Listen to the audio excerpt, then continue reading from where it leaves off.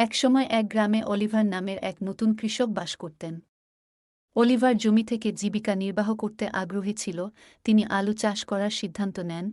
এটি একটি ফসল যা এর স্থিতিস্থাপকতা এবং বহুমুখিতার জন্য পরিচিত। অলিভার অক্লান্ত পরিশ্রম করেছেন, নিষ্ঠা ও যত্নের সাথে তার আলু ক্ষেতের প্রতি যত্নবান ছিল।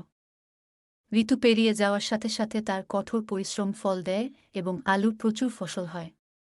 তার সাফল্যের জন্য সে উচ্ছ্বসিত ছিল। অলিভার একটি সংশয়ের সম্মুখীন হয়েছিল। তা হল, সে কি পুরো ফসল নিজের জন্য রাখা উচিত নাকি গ্রামবাসীদের সাথে ভাগ করা উচিত। সে উদারতার পথ বেছে নিয়ে অলিভার তার প্রতিবেশীদের মধ্যে আলু বিতরণ করার সিদ্ধান্ত নিয়েছে।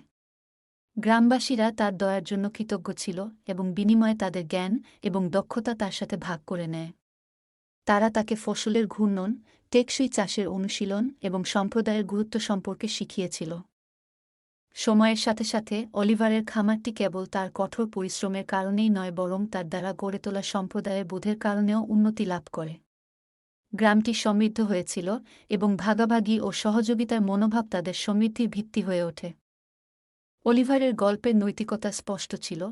ভাগ করা হলে সাফল্য আরও মধুর হয় এবং একটি সমৃদ্ধ সম্প্রদায় উদারতা এবং সহযোগিতার নীতির উপর নির্মিত হয়।